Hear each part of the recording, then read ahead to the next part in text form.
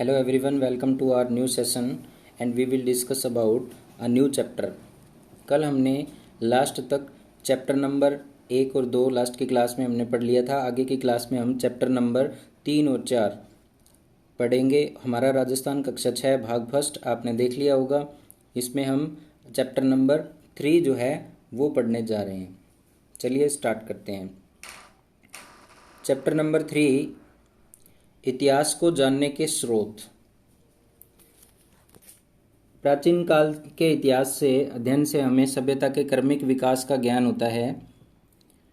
इतिहास जानने के अनेक स्रोत हैं जिन्हें मुख्य 2 भागों में बांटा गया है।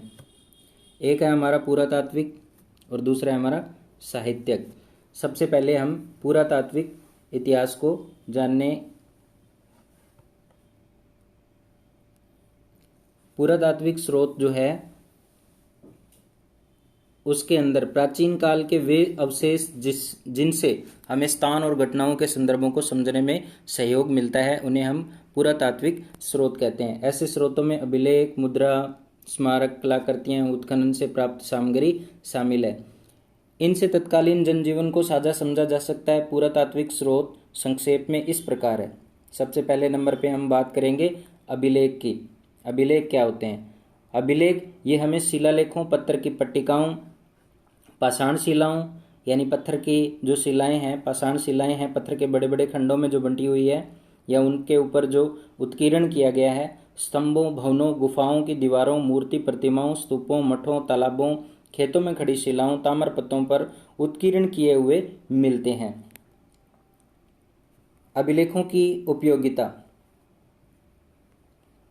ये विविध भाषाओं में गद्य और पद्य दोनों ही शैलियों के अंदर मिलते हैं। इन अभिलेखों में शासक, उनके आश्रित लोगों, रानियों, राजकुमारों, सामंतों आदि के नाम की घटना, तिथियां, शासन कार्यों और आज्ञाओं का उल्लेख मिलता है।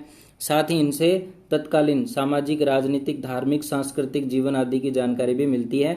किसी राजा की या किसी वंश की प्रशंसा में लिखे गए अभिलेख को प्रशस्ति कहा जाता है। ये क्वेश्चन भी पुट कर लिया जाता है एग्जाम में कई बार कि प्रशस्ति क्या होता है। प्रशस्ति किसी राजा या किसी वंश के प्रशंसा में लिखे गए अभिलेख को प्रशस्ति कहा जाता है। प्रमुख अभिलेख।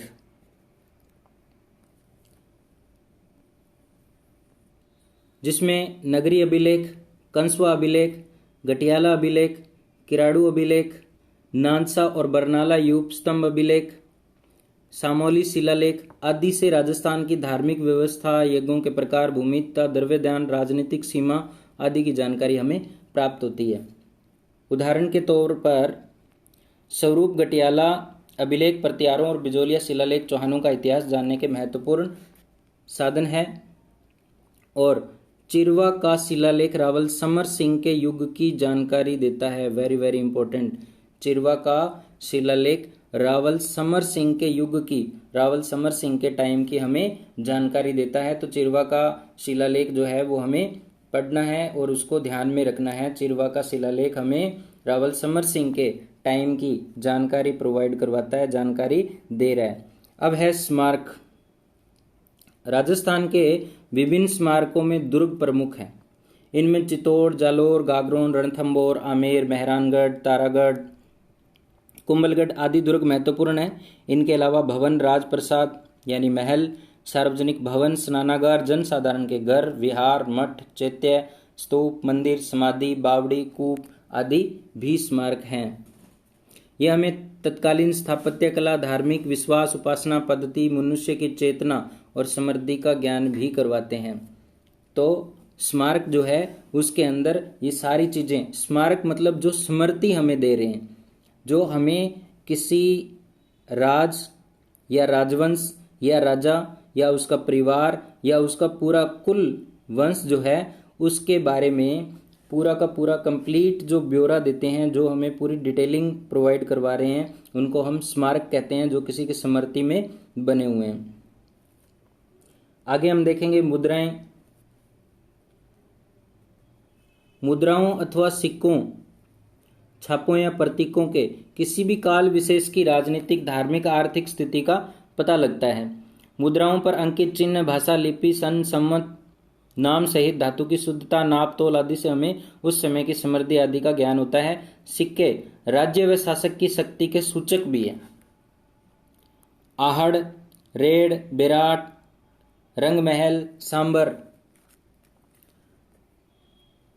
सुखाड़िया के उत्खनन से प्राप्त सिक्के और मुद्राओं से क्षत्रपों, मालव, चौहानों, घोइल आदि वंशों के काल के राज्य शासन अधिकृत सीमा के बारे में जानकारी हमें उपलब्ध होती है।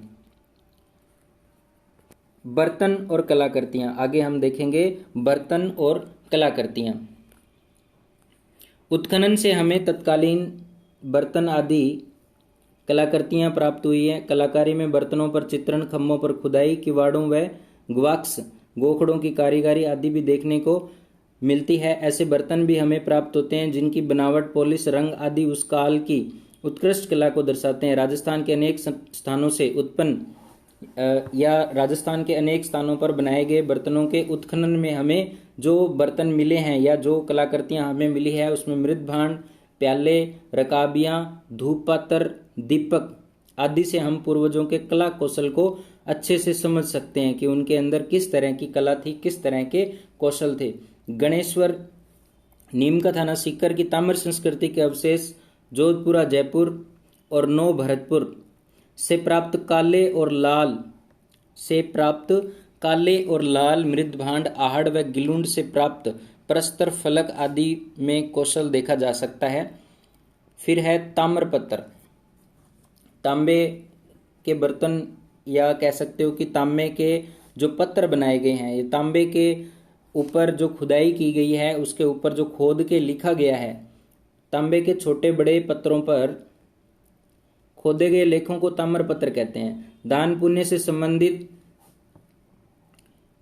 से इन्हें दान पत्र से संबंधित होने से या दान पत्र से संबंधित होने के कारण इनको दान पत्र भी कहा गया है।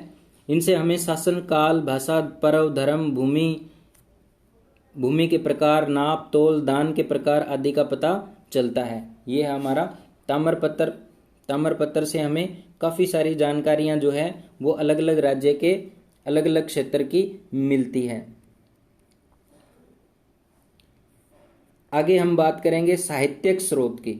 साहित्यिक स्रोत ऐसे स्रोत जिनसे हमें या हम कह सकते हैं कि हमें कुछ साहित्य प्राप्त हुआ है, कुछ साहित्यिक कृतियां प्राप्त हुई है और उन कृतियों के अंदर राजाओं के वंश, उनके वंश का वर्णन, उन राजाओं के युद्ध या उन राजाओं के जीवन काल से संबंधित प्रमुख घटनाओं का संग्रह किया गया है। इसको हम बोलेंगे साहित्यिक कृति या साहित्यिक स्रोत। इतिहास जानने में साहित्य की भूमिका अति महत्वपूर्ण है। संस्कृत, हिंदी, राजस्थानी, उर्दू, फारसी में लिखा साहित्य प्रचुरता में उपलब्ध है। राजस्थान के प्राचीन इतिहास को जानने में वेद, पुराण, रामायण, महाभारत, बौद्ध एवं जैन ग्रंथों से हमें सहायता मिलती है। 12वीं सदी के उत्तरार्ध में ज्ञानकृत पृथ्वीराज विजय महाकाव्य से चौहानों की उपलब्धियों का वर्णन मिलता है। नयनचंद्र सूरीकृत हमीर महाकाव्य से चौहानों के इतिहास के साथ साथ अलाउद्दीन खिलजी की रणथंबोर विजय और उस समय की सामाजिक, आर्थिक या धार्मिक स्थिति की जानकारी भी मिलती है। राजस्थानी साहित्य में पृथ्वीराज रासो, अचलदास खिंची वचनिका, पद्मनाभ कृत कानड़देव प्रबंध, बीकानेर के दलपत सिंह कृत दलपत विलास, खेड़िया जग्गा कृत वचनिका आदि विशेष उल्लेखनीय हैं। ख्यात विषयक साहित्य में प्रसिद्ध राजपूत राजवंशों की स्थापना, राजाओं का वंशक्रम, राज्य क्षेत्र आदि का वर्णन होता है। नैनसिरी ख्यात, बंकीदास की ख्यात, दयालदास की ख्यात, जोधपुर राज्य की ख्यात आदि से इतिहास जानने में सहायता मिलती है। यहाँ ये राजस्थान से इम्पोर्टेंट साहित्य के बारे में हमें जानकारी दे रहा है। इसमें फारसी, उर्दू, त्वारिखो इतिहास ग्रंथों से हमें विशेषतः मध्यकालीन राजस्थान का इतिहास समझने में मदद मिलती है। कर्नल जेम्स टोड द्वारा कृत या कर्नल जेम्स टोड की रचना Annals and Antiquities of Rajasthan और पश्चिमी भारत की यात्रा, बूंदी के महाकवि सूर्यमल मिश्रण का वंश भास्कर, कविराज श्यामल दास कृत वीर विनोद, विश्वेश्वर नाथ रेव कृत मारवाड़ राज्य का इतिहास और गौरी शंकर हीराचंद ओझा द्वारा लिखित उदयपुर, जोधपुर, सिरोही, डूंगरपुर, बांसवाड़ा, प्रतापगढ़ के इतिहास बहुत उल्लेखनीय हैं। इनके अंदर हमें उल्लेख मिलता है कि इन्होंने कैसे राजस्थान के इतिहास को एक सूत्र में पिरोया और हमें राजस्थान को एक इतिहास द्वारा या राजस्थान को ऐतिहासिक कृतियों द्वारा समझने का प्रयास किया गया। ये 3rd चैप्टर के अंदर, तीसरे अध्याय के अंदर हमने इन सब बातों को, इतिहास के स्रोतों को जानने का प्रयास किया।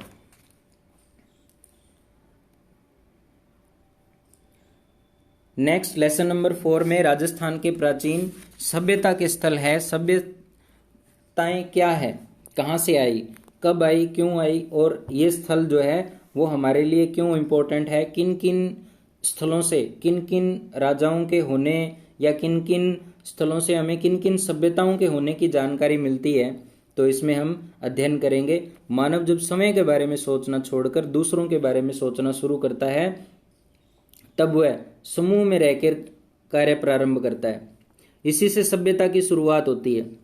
समय के साथ सभ्यताएं विकसित होती है, किंतु कुछ समय परिवर्तन के साथ कुछ सभ्यताएं नष्ट भी हो जाती है, कुछ नया आकार बना लेती है। राजस्थान में ऐसी कई सभ्यता और संस्कृतियों के स्थल मरुस्थल और अरावलियों में नदियों के किनारे मिट्टी में दबे पड़े हैं।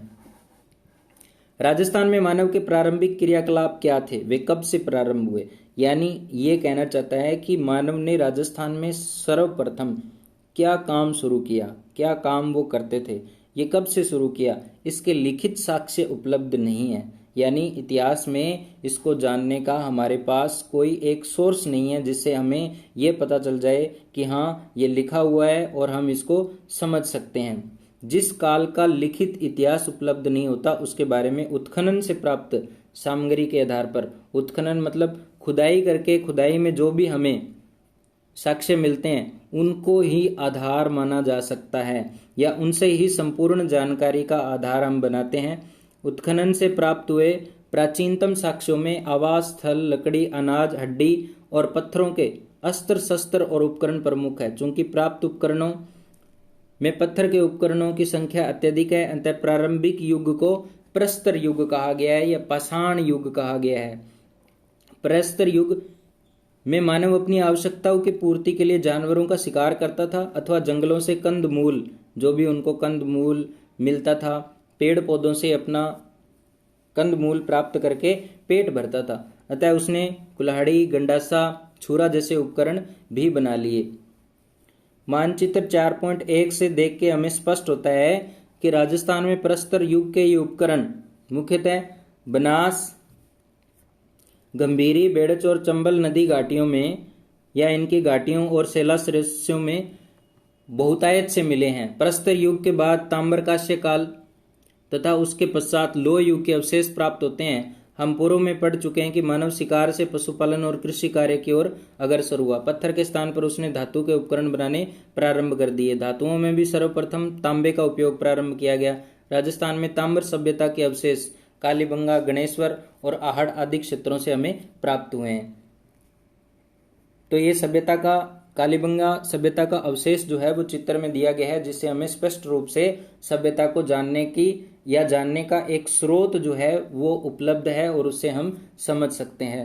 राजस्थान सभ्यता के प्राचीन केंद्र मैप के अंदर, नक्शे के अंदर बहुत ही अच्छे से इसको मेंशन किया गया है। सोनारी सभ्यता झुंझुनू, गणेश्वर सभ्यता सीकर, बेराट सभ्यता अलवर जयपुर सीकर का क्षेत्र, दर सभ्यता भरतपुर, रेड सभ्यता टोंक नगर, टोंक नगरी चित्तौड़गढ़, आहड़ सभ्यता उदयपुर, गिलूण सभ्यता राजसमंद, बागोर भीलवाड़ा, बाड़मेर में तिलवाड़ा, सोथी बीकानेर, बड़ोपल हनुमानगढ़, रंगमहल हनुमानगढ़, पीलीबंगा हनुमानगढ़, कालीबंगा हनुमानगढ़।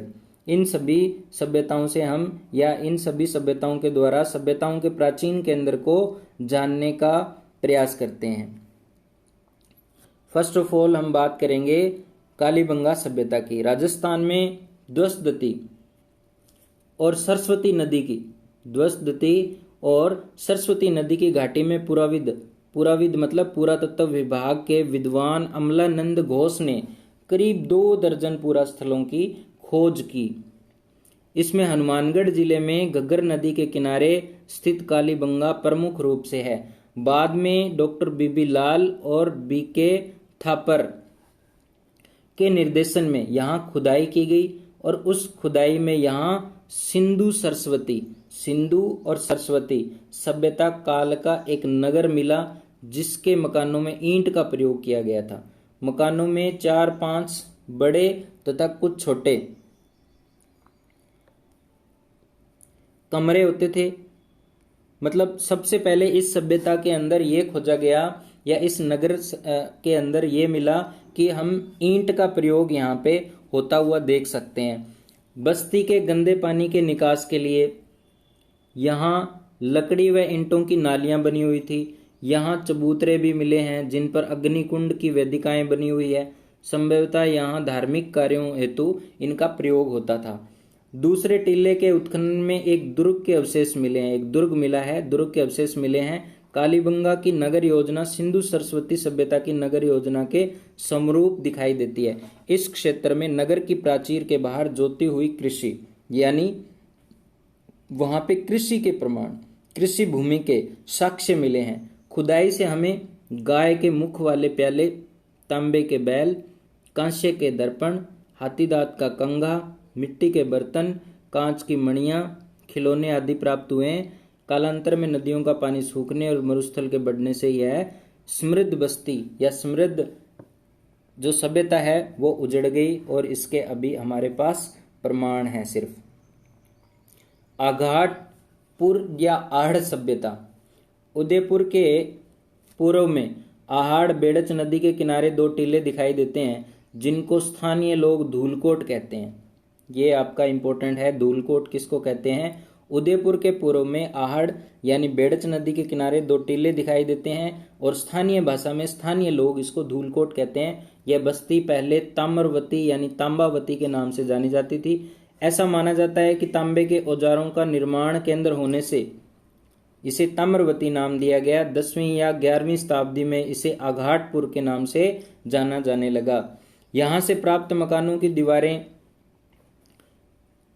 पत्थरों एवं मिट्टी से बनी हुई है, जिसकी छत बांस और केलू से बनी होती थी। मतलब जो उस समय में वहां पे जिस भी संसाधन की उपलब्धता थी उसी संसाधन से दीवारें बनाई गई, या उसी संसाधन से हम कह सकते हैं कि वहां पे छतें बनाई गई और कमरे जो हैं वो बनाए गए। बड़े कमरों के बीच में बांस की पर्दी पर मिट्टी चढ़ाकर, जो बड़े बड़े कमरे बनाए जाते थे उनमें बांस की पर्दी पर मिट्टी चढ़ाकर उसे छोटे छोटे कमरों या ओवरों में विभाजित किया जाता था। मतलब बीच में पार्टीशन कर दिया जाता था। मकानों में 4 से 6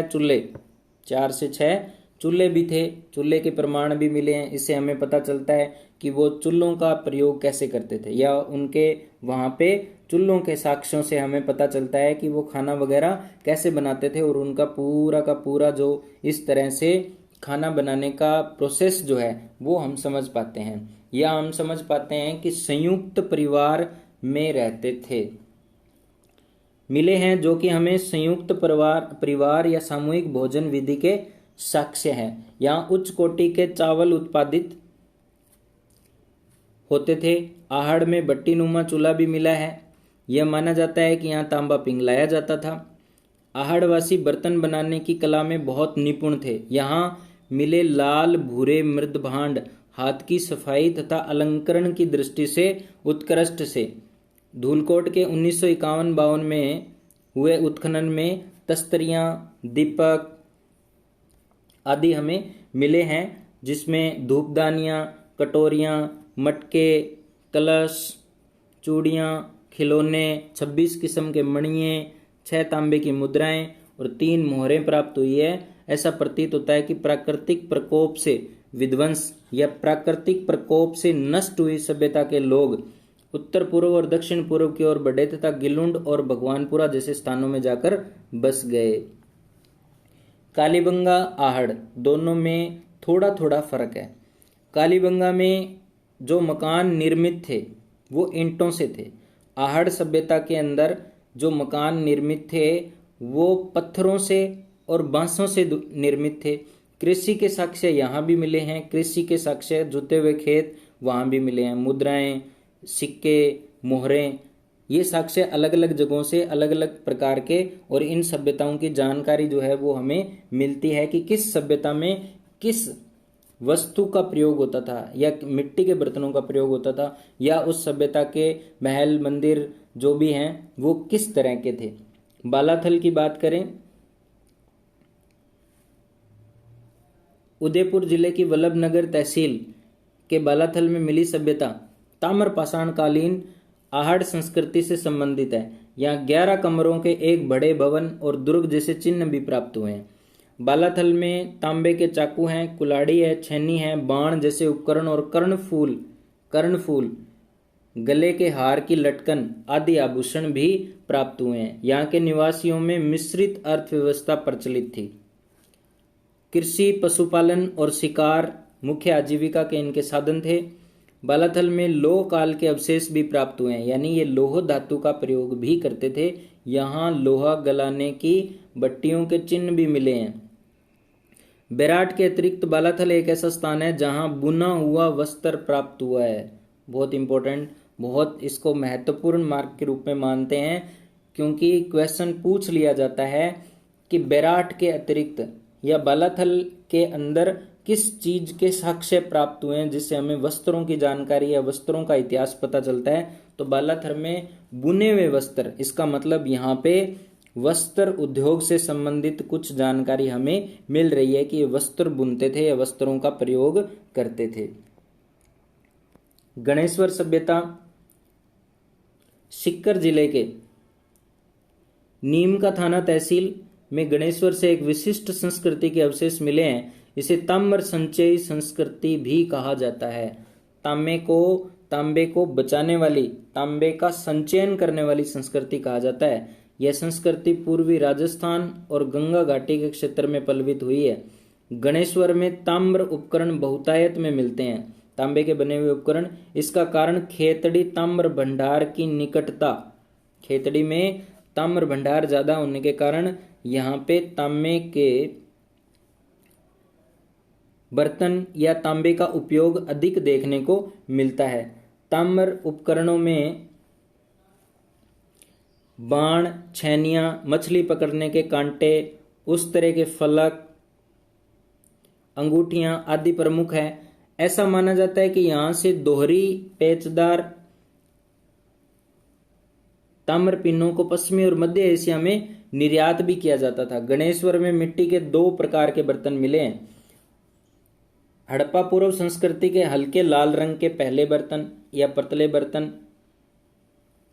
लाल चिकनी मिट्टी विशिष्ट चित्रकारी वाले मजबूत बर्तन। इन बर्तनों में मर्तबान, कलश, प्याले, तसले, ढक्कन, हांडी प्रमुख रूप से मिले हैं। आहड़ एवं गणेश्वर सभ्यताएं ताम्र पाषाण काल की थी।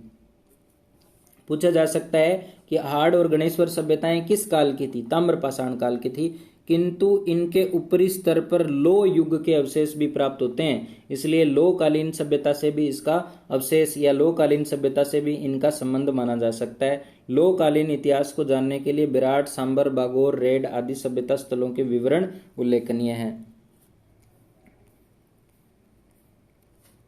ये हमने गणेश्वर सभ्यता के बारे में देखा। अब हम देख रहे हैं बेराट सभ्यता। जयपुर जिले में स्थित बेराट कस्बा हर युग में सभ्यता संस्कृति का प्रमुख केंद्र है। इसकी बिजक की पहाड़ी और भीम डूंगरी 2 चीजें अपने को यहाँ पे ध्यान रखनी है। पुरातत्व विभाग या हम कह सकते हैं कि पूरा स्थलों की दृष्टि से महत्वपूर्ण है। महाभारत में इसका उल्लेख मत्स्य जनपद की राजधानी विराटनगर के रूप में किया गया है, जहां पांडवों ने अपना अज्ञातवास काटा था या अंतिम दिन यहाँ व्यतीत किए थे। मौर्य काल में भी इसका वर्णन है। मौर्य काल भी के टाइम में या मौर्य काल के समय में ये एक प्रमुख केंद्र माना जाता है। यहाँ अशोक के 2 स्तंभ लेख बाबरू और बेराट का शिलालेख मिला है एवं बौद्ध मठ के अवशेष भी प्राप्त होते हैं। यहाँ एक कमरे में 36 चांदी की मुद्राएं मिली है, जिसमें 8 पंचमार्क और 28 भारतीय यूनानी शासकों की है। खुदाई में वास्तविक तथा त्रिरत्न चक्र के चिन्ह युक्त अलंकृत घड़े, दीपक, नाचता हुआ पक्षी, पत्थर की संदूकें, लोहे की कीलें, हाथ से बना हुआ वस्त्र भी मिला है। मतलब हथकरघा उद्योग भी यहाँ पे था, इस सभ्यता से हमें या इन प्रमाणों से हमें इसकी जानकारी स्पष्ट रूप से मिल जाती है। उपयुक्त स्थलों के अतिरिक्त राजस्थान में भीलवाड़ा जिले के बागोर, ओजियाना जयपुर जिले में स्थित सांबर, जोधपुरा टोंक जिले में स्थित नगर, रेड, चित्तौड़ में नगरी, भरतपुर में नौ, जालोर में भीनमाल, राजसमंद में पचमता, गिलुंड आदि स्थल ताम्रपाषाण या ताम्रलोह काल की संस्कृति को प्रकट करते हैं, हमें उसकी शुद्ध रूप से जानकारी देते हैं। और इस तरह से हमारे ये दो चैप्टर नंबर 3 और चैप्टर नंबर 4 जो है, दोनों एक तो इतिहास को जानने के स्रोत और दूसरा राजस्थान में प्राचीन सभ्यता के स्थलों की जानकारी देता है और हमें पूर्ण रूप से ये विश्वास कराता है कि किसी सभ्यता और संस्कृति का विकास कैसे हुआ, उस सभ्यता और संस्कृति के विकास के साथ साथ क्या क्या चीजें, क्या क्या वस्तुएं और किन किन उद्योगों को हमने देखा या कौन कौन सी वस्तुएं जो है वो उपयोग में लाते थे, उनका जीवन, रहन सहन, खान पान, वेशभूषा, संस्कृति सब कैसा था। तो ये सब समझने का हम इसमें प्रयास कर रहे हैं और हमने अच्छे से इसको देखा है, अच्छे से समझा है। आगे भी हम और क्लास में बेटर तरीके से आगे के पार्ट को कंप्लीट करेंगे। तब तक के लिए नमस्कार, आपका दिन शुभ हो।